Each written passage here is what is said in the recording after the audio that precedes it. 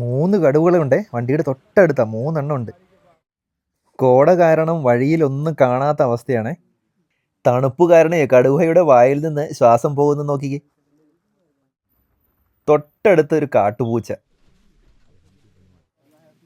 വെള്ളം കുടിച്ചിരിക്കുന്ന ഒരു കബ്ബാണ്.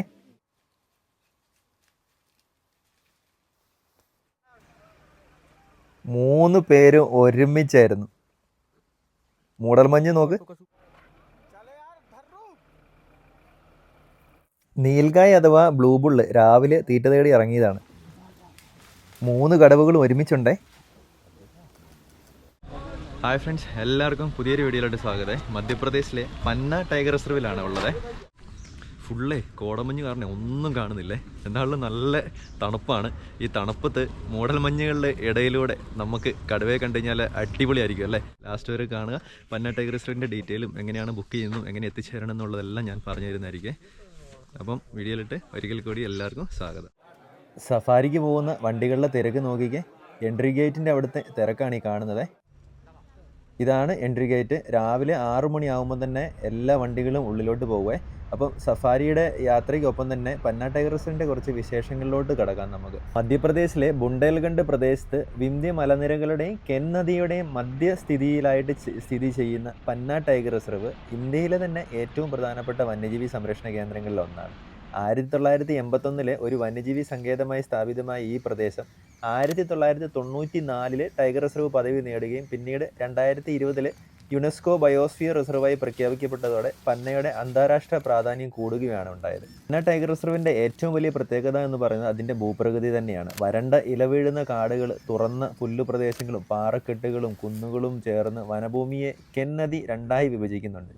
പന്നയുടെ ചരിത്രത്തിലെ ഏറ്റവും വേദനാജനകമായ ഒരു കാലഘട്ടം എന്ന് പറയുന്നത് 2009 അനധികൃത വേട്ടയും മാനേജ്മെൻറ്റ് വീഴ്ചകളും മൂലം പന്നയിലുണ്ടായിരുന്ന എല്ലാ കടുവകളും ഇല്ലാതായിട്ടുണ്ട്. ഇത് ഇന്ത്യയിലെ വന്യജീവി സംരക്ഷണ ചരിത്രത്തിൽ തന്നെ വലിയൊരു പരാജയമായിട്ടാണ് കണക്കാക്കപ്പെട്ടത്. എന്നാൽ ഇതേ പന്ന തന്നെ പിന്നീട് ലോകത്തിന് മുന്നിൽ ഒരു അത്ഭുതകരമായ തിരിച്ചുവരവിൻ്റെ ഉദാഹരണമായി മാറി. ബാന്ധവഗഡ്, കൻഹ തുടങ്ങിയ ടൈഗർ റിസർവുകളിൽ നിന്ന് കടുവകളെ പുനഃസ്ഥാപിച്ച് ശക്തമായ സംരക്ഷണ നടപടികൾ നടപ്പിലാക്കി ഇന്ന് പന്നയിൽ സ്ഥിരമായുള്ള കടുവ ജനസംഖ്യ രൂപപ്പെട്ടിട്ടുണ്ട്. ജനുവരി മാസമായിരുന്നു നമ്മുടെ സഫാരി ആയതുകൊണ്ട് നല്ല കോറയായിരുന്നു. രാവിലെ തന്നെ നല്ല അലാം കോളൊക്കെ കേൾക്കുന്നുണ്ടായിരുന്നു. ടൈഗർ സൈറ്റിങ്ങിന് ഇതാ 1-2 വണ്ടിക്ക് ടൈഗർ സൈറ്റിംഗ് കിട്ടിയിട്ടുണ്ട്. അങ്ങനെ ഇതാ നമ്മുടെ വണ്ടിക്കും ടൈഗർ സൈറ്റിംഗ് കിട്ടിയിരിക്കുകയാണ്.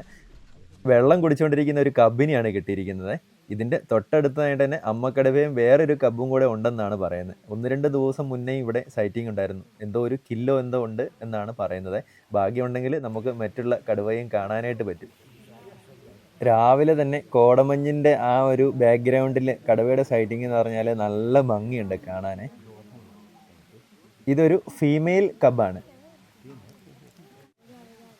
വെള്ളം കുടിച്ചിട്ട് ആള് നടന്നു പോവുകയാണ്. ഇതിൻ്റെ അടുത്ത് തന്നെ ഈ കുറ്റിക്കാടുകളുടെ ഉള്ളിൽ തന്നെ അമ്മക്കടുവയും മറ്റേ കബ്ബും ഉണ്ടെന്ന് ഉള്ളത് ഉറപ്പാണ്. അതുകൊണ്ട് തന്നെ എല്ലാ വണ്ടികളും തന്നെ ഇവിടെ വെയിറ്റ് ചെയ്യുകയാണ്. അതേ അമ്മക്കടുവയാണ് ആ കിടക്കുന്നത്. ഒരുപാട് നേരം വെയിറ്റ് ചെയ്തതിന് ശേഷം ഇതാ ആളിവിടെ നിന്ന് എണീറ്റ് മുന്നോട്ട് നടന്നു.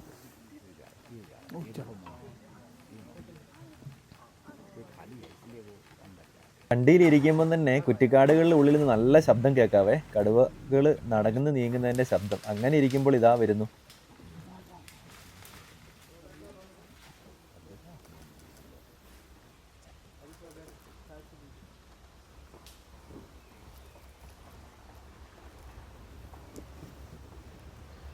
മൂന്ന് കടുവകളും ഒരുമിച്ചുള്ള മൂവ്മെൻ്റ് ആയിരുന്നു കേട്ടോ. ഇത് ഇവിടുത്തെ T141 എന്ന് പറയുന്ന ടൈഗർസും അതിൻ്റെ 2 കബ്സുമാണ്. ഇവിടെയുള്ള ടൈഗറുകൾക്കെല്ലാം അങ്ങനെ നമ്പറുകളായിട്ടാണ് പേരിട്ടിരിക്കുന്നത്. 141, 151 അങ്ങനെയൊക്കെയാണ് പേരുകൾ. അങ്ങനെ അവർ മുന്നോട്ട് നടന്ന് നീങ്ങുന്നു ഉറപ്പുള്ളതിനാൽ തന്നെ എല്ലാ ജിപ്സിയും ഒരേ ലൈനിൽ തന്നെ നീങ്ങുകയാണ്.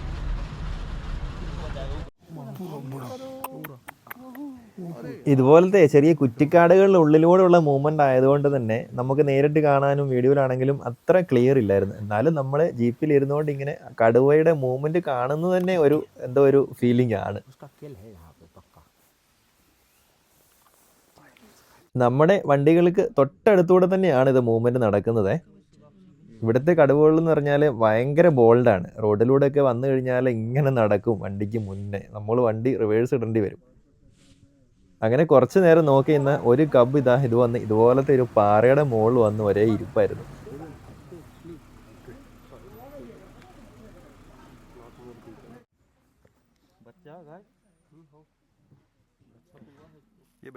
ഇങ്ങനെ കോടയുടെ ആ മറവിലെ കടുവ ഇങ്ങനെ ആ പാറപ്പുറത്ത് ഇരുന്നിട്ട് ശ്വാസം വലിക്കുമ്പോൾ ശ്വാസം എടുക്കുമ്പോൾ വായിൽ നിന്ന് പുക പോകുന്നത് നോക്കിക്ക്, എന്ത് ഭംഗിയാണല്ലേ.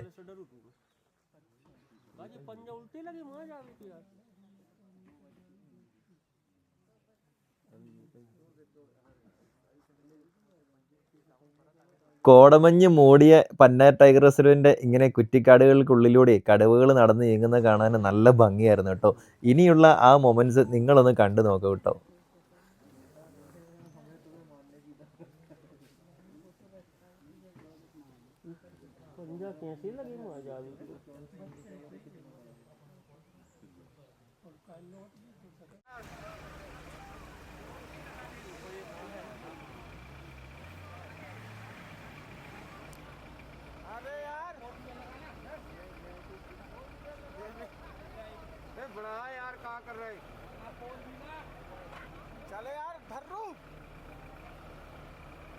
മൂന്ന് കടുവകളും കൂടെ റോഡിൻ്റെ മുകളിൽ ആ കാട്ടിൽ നിന്നും റോഡിലോട്ട് ഇറങ്ങി വന്നത് കണ്ടപ്പോഴേ ശരിക്കും ഒന്ന് പേടിച്ചു കിട്ടോ. കാരണം ഒന്നല്ല 3 ടൈഗറുകളാണ് ഒരുമിച്ച് ഒരേ സമയം നമ്മുടെ വണ്ടിക്ക് തൊട്ട് മുന്നിലൂടെ ഇതുപോലെ നടന്നു പോകുന്നത്. ആദ്യമായിട്ട് വന്ന കുറച്ച് പേര് സഫാരി വണ്ടിയിൽ ഉണ്ടതുകൊണ്ട് തന്നെ അവർക്ക് ഭയങ്കര പേടിയായിരുന്നു കേട്ടോ. കാരണം ഒന്നല്ല 3 കടുവകളാണ് ഇതുപോലെ തൊട്ടടുത്ത് വണ്ടിക്ക് മുന്നിലായിട്ട് കേട്ടോ. അവരൊന്ന് പേടിച്ചാണ് ഇരിക്കുന്നത്. നമുക്കെന്താണേലും ഇത് ഒരുപാട് സ്ഥലത്തു നിന്ന് കണ്ടിട്ടുള്ളതിൻ്റെ തന്നെ നല്ല ഒരു ഫീലിംഗ് ആയിരുന്നു. അമ്മക്കടുവ മക്കളെ ടെറിറ്ററിയൊക്കെ മാർക്ക് ചെയ്യുന്നത് പഠിപ്പിച്ചിട്ടാണ് പോകുന്നത്. ഓരോ സ്ഥലത്തും ഓരോ മരങ്ങളും അവരുടേതായ ആ ടെറിറ്ററി മാർക്ക് ചെയ്യുന്ന മരങ്ങളിലെല്ലാം ടെറിറ്ററി മാർക്ക് ചെയ്തിട്ടാണ് പോകുന്നത്. ഒരു അമ്മക്കടുവ സാധാരണയായിട്ട് അവരുടെ കപ്സിനെ 2 വയസ്സ് 2.5 വയസ്സ് വരെയൊക്കെയാണ് കൂടെ നിർത്തുന്നത്. അത് ഫീമെയിൽ കപ്സ് ആണെങ്കിൽ പൊതുവെ 2 വയസ്സാകുന്നതിന് മുന്നേ 1.5 വയസ്സൊക്കെ ആകുമ്പം തന്നെ അവർ സെപ്പറേറ്റ് ആകും. കാരണം മറ്റൊന്നുമല്ല, അത് അമ്മക്കടുവയ്ക്ക് തന്നെയായിരിക്കും ഭീഷണിയാവുക. എന്നാൽ ഒരു മെയിലായിട്ടുള്ള കബ് ആണെങ്കിൽ ഏകദേശം അവർ ഇരയെ പിടിക്കുന്നതും മറ്റും എല്ലാം കറക്റ്റ് പഠിച്ചതിന് ശേഷമാണ് സെപ്പറേറ്റ് ആകുന്നത്. പന്ന ടൈഗർ റിസർവിലെ ആദ്യത്തെ സഫാരി എന്താണേലും പൊളിച്ചു എന്ന് തന്നെ പറയാം. നല്ല വലിപ്പമുള്ള കൊമ്പുള്ള ഒരു സ്പോട്ടഡ് ഡിയർ. മാനുകളുടെ വലിപ്പവും കൊമ്പിൻ്റെ വലിപ്പവും കണ്ടിട്ട് മാനുകൾക്ക് അത്യാവശ്യം ഏജ് ഉള്ളതായിട്ടാണ് തോന്നുന്നത്. മേറ്റിങ്ങിൻ്റെ സമയത്ത് ഇവരുടെ ഈ കൊമ്പാണ് ആയുധവും അലങ്കാരവും. മറ്റ് ആൺമാനുകളോട് ശക്തി തെളിയിക്കാനും പെൺമാനെ ആകർഷിക്കാനും ഈ കൊമ്പുകൾ നിർണായക പങ്കാണ് വഹിക്കുന്നത്. നീൽഗായ് അഥവാ ബ്ലൂ ബുൾ ഇന്ത്യയിലെ ഏറ്റവും വലിയ ആൻറ്റിലോപ്പാണ്. ഇതൊരു ആൺ നീൽഗായി ആണ്. ഈ നീൽഗായുടെ മെയിലിനെ തിരിച്ചറിയാനുള്ളതെന്ന് പറഞ്ഞാൽ ഇതിൻ്റെ ഈ കളർ തന്നെയാണ്.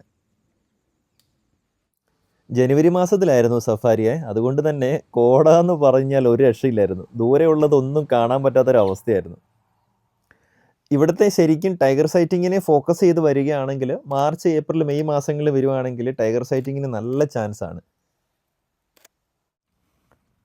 ഇതൊരു ഫീമെയിൽ നീൽഗായാണ്. ഫീമെയിൽ നീൽഗായും മെയിൽ നീൽഗായിൻ്റെ അതിൻ്റെ കളറ് തമ്മിലുള്ള വ്യത്യാസം കണ്ടില്ലേ. ഇതിൻ്റെ ഫീമെയിലിൻ്റെ ഒരു ബ്രൗൺ ആണെങ്കിൽ മെയിലിൻ്റെ ഒരു നീല ചാര കളറാണ്. സൗത്തിലെ ഫോറസ്റ്റുകളിൽ നമുക്ക് കാണപ്പെടാത്ത ഒരു ജീവിയാണ് ഈ നീൽഗായി. കോട നോക്ക് ഫുള്ള് മൂടി ഒന്നും കാണാൻ പറ്റാത്തൊരവസ്ഥയായി. ദൂരെ നിന്നൊക്കെ അലാം കോൾ വരുന്നുണ്ട്. വണ്ടികളൊക്കെ വെയിറ്റ് ചെയ്തിരിക്കുകയാണ്. ജനുവരി മാസം ആയപ്പോൾ തന്നെ പുല്ലുകളൊക്കെ ഏകദേശം ഡ്രൈ ആയിട്ടുണ്ട്. സാധാരണ വേനൽക്കാലം ആയിക്കഴിഞ്ഞാൽ ഇതുപോലെ മാനുകളൊക്കെ മുകളിൽ കാണുന്ന മരങ്ങളിലെ ഇലകളാണ് ഭക്ഷിക്കുന്നത്. ഒരു സാമ്പാർ ഡിയറാണ്, മെയിൽ സാമ്പാർ ഡിയറാണ്. സാമ്പാർ ഡിയർ ഇന്ത്യയിലെ ഏറ്റവും വലിയ മാൻവർഗ്ഗങ്ങളിൽ ഒന്നാണ്. ശക്തവും ദൃഢവുമായ ശരീരഘടനയും ഉയരവുമുള്ള രൂപവുമാണ് ആൺ സാമ്പാർ ഡിയറിൻ്റെ പ്രത്യേകത എന്ന് പറയുന്നത്.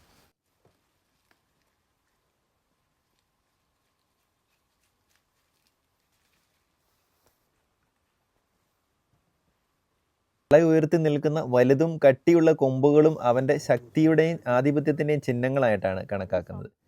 സാമ്പാർ ഡിയർ സാധാരണയായി കാടുകളുടെ ആഴങ്ങളിലും കുന്നിൻ പ്രദേശങ്ങളിലും ഒക്കെയാണ് ജീവിക്കുന്നത്. പുല്ലുകളും ഇലകളും കായകളും എന്നൊക്കെയാണ് പ്രധാന ഭക്ഷണം.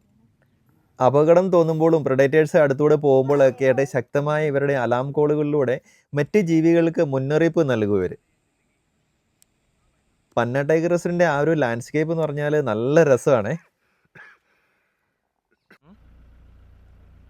സഫാരി വണ്ടിക്ക് തൊട്ട് മുന്നിലായിട്ട് റോഡിലൂടെ നടന്നു പോകുന്ന ആളെ കണ്ട ജംഗിൾ ക്യാറ്റാണ് ഈ പോകുന്നത്. ഇങ്ങനെ സഫാരിയിൽ ആദ്യമായിട്ടാണ് എനിക്ക് കാട്ടുപൂച്ചയെ സൈറ്റിങ് കിട്ടുന്നത്, അതും ഇത്ര അടുത്ത്. സാധാരണ വണ്ടികളും ആളുകളെയൊക്കെ കണ്ടു കഴിഞ്ഞാൽ അന്നേരം ഓടി മറയുകയാണ് പതിവ്. ഇതെന്താണെന്നറിയില്ല, എത്രയും ബോൾഡ് ആയതുകൊണ്ടാണോ? പക്ഷേ പന്ന ടൈഗർ റിസർവിൽ ഇവിടുത്തെ ഗൈഡിനോടും ഡ്രൈവറോടും ചോദിച്ചപ്പോൾ ജംഗിൾ ക്യാറ്റിന് അങ്ങനെ കിട്ടുന്നതല്ല, വളരെ റെയർ ആണെന്ന് തന്നെയാണ് അവർ പറഞ്ഞത്. എന്താണേലും ആള് എന്തിനെയോ ചവിട്ടി പിടിച്ചിട്ടുണ്ട്. ചെറിയ പാമ്പോ അല്ലെങ്കിൽ എന്തെങ്കിലും മറ്റ് ജീവികളായിരിക്കും. സഫാരി വണ്ടിയെ തൊട്ടടുത്ത് നിർത്തിയിട്ട് പോലും ആൾക്കൊരു കൂസലും ഇല്ലെന്നുള്ളതാണ്. എന്താണെന്നറിയില്ല, ജംഗിൾ ക്യാറ്റിന് എന്ത് പറ്റിയെന്നറിയില്ല, ഇത്രയ്ക്ക് ബോൾഡ്. അങ്ങനെ കുറച്ച് സമയത്തിന് ശേഷം റോഡ് ക്രോസ് ചെയ്തിട്ട് പോവുകയായി. അതിൻ്റെ അപ്പുറത്തായിട്ട് നോക്കി ഒരു സാമ്പാടിയറും ഉണ്ട്. പന്ന ടൈഗർ റിസർവിൽ വന്നിട്ട് ആദ്യമായിട്ട് ജംഗിൾ ക്യാറ്റിനെ കിട്ടിയിരിക്കുകയാണ്. എന്താണേലും നല്ല ഒരു കിടിലൻ ഒരു സഫാരി തന്നെയായിരുന്നു പന്ന ടൈഗർ റിസർവിലെ. പന്ന ടൈഗർ റിസർവിലെ ഈ സഫാരി ബുക്ക് ചെയ്യാനായിട്ട് forest.mb.online എന്ന് പറഞ്ഞ സൈറ്റിൽ ബുക്ക് ചെയ്ത് കഴിഞ്ഞാൽ നമുക്ക് ഓൺലൈനായിട്ട് ലോഗിൻ ചെയ്തിട്ട് ബുക്ക് ചെയ്യാവുന്നതാണ്. ഷെയറിംഗ് സഫാരിയും ഫുൾ ജിപ്സിയും ആണ് നമുക്ക് ബുക്ക് ചെയ്യാനായിട്ട് പറ്റുന്നത്. കേരളത്തിൽ നിന്ന് വരുമ്പോൾ നിയറസ്റ്റ് റെയിൽവേ സ്റ്റേഷൻ വരുന്നത് പറഞ്ഞാൽ ജബൽപൂർ സത്ന റിവയാണ്. അതുപോലെ എയർപോർട്ട് ആണെങ്കിൽ ജബൽപൂറും ഖജുറാവും ആണ്. ജബൽപൂർ ആയിരിക്കും നമുക്ക് ഏറ്റവും എളുപ്പമായിട്ട് വരുന്നത്. നമ്മുടെ നാട്ടിൽ നിന്ന് വരുമ്പോൾ ഫ്ലൈറ്റുകളും അതുപോലെ ട്രെയിനുകളും കിട്ടാൻ എളുപ്പം ജബൽപൂർ ആയിരിക്കും. ടൈഗർ സൈറ്റിങ്ങിന് മാത്രം ഫോക്കസ് ചെയ്ത് വരുന്നവരാണെങ്കിൽ മാർച്ച് ഏപ്രിൽ മെയ് മാസങ്ങളിൽ വരുവാണെങ്കിൽ നല്ല ചാൻസ് ആണ് പന്ന ടൈഗർ റിസർവിൽ. സഫാരി ഗേറ്റിൻ്റെ തൊട്ടടുത്ത് തന്നെ ഒരു ഹോം സ്റ്റേ ആയിരുന്നു ബുക്ക് ചെയ്ത്. നമ്പർ ഞാൻ ഡിസ്ക്രിപ്ഷനിൽ കൊടുക്കുന്നതായിരിക്കും. അപ്പോൾ വീഡിയോ ഇഷ്ടമായെങ്കിൽ ലൈക്ക് ചെയ്യാനും സബ്സ്ക്രൈബ് ചെയ്യാനും മറക്കരുതേ. Bye bye.